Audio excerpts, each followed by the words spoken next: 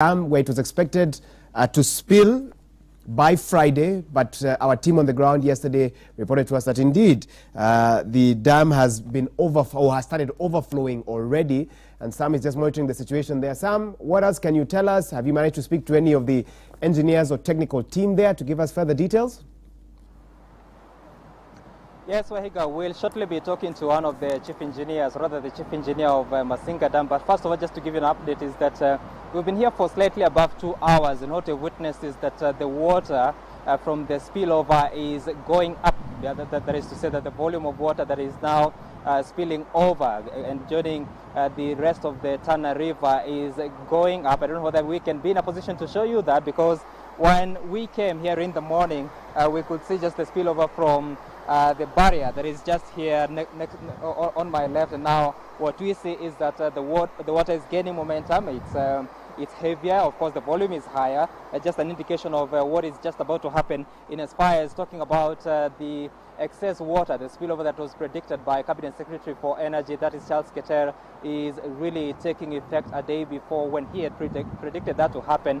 But what we have made to understand from the chief engineer of Masinga Dam is that he's trying to sort of correct an image that has been in the minds of some Kenyans, maybe many Kenyans, that it is KenGen getting to release that water. So let's talk to Johnson Ndege, I believe, the chief engineer of Masinga Dam. If you may just get closer there. And you were telling me about the fact that this water is getting released into Tana River, not because of your making, but because of nature. Maybe you can explain that to Kenyans who think otherwise.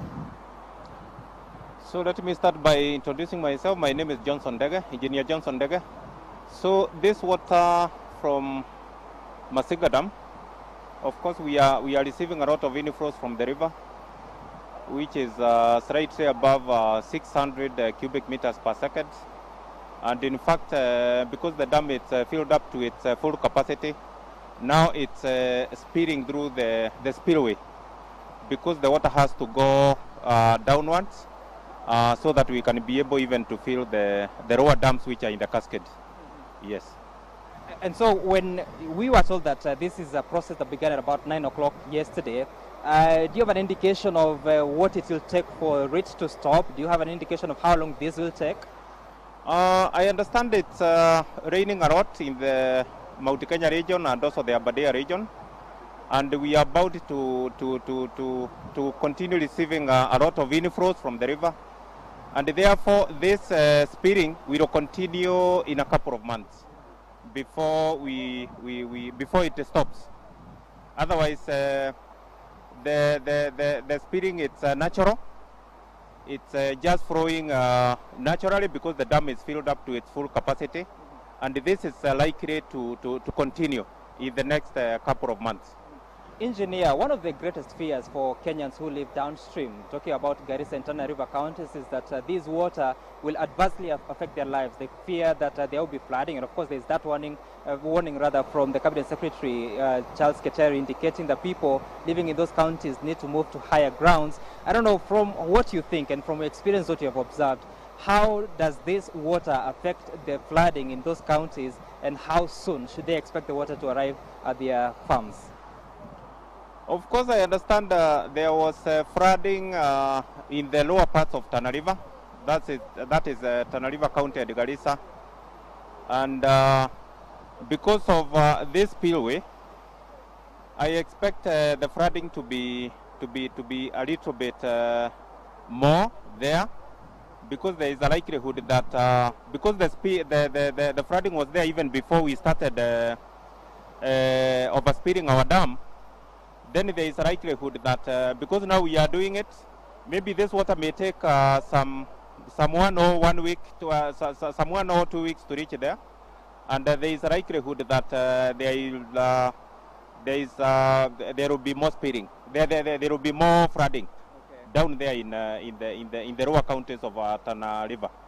Okay, finally, engineer, we see that the Masinga Dam has a production capacity of about 40 megawatts only, but it's a very big dam. You're talking about more than 5 billion liters of water.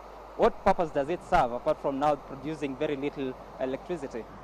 In fact, Masinga Dam was built as a main reservoir for the cascades, Those are the dams which are down of Masinga, and in fact it's the main reservoir for storage of the water.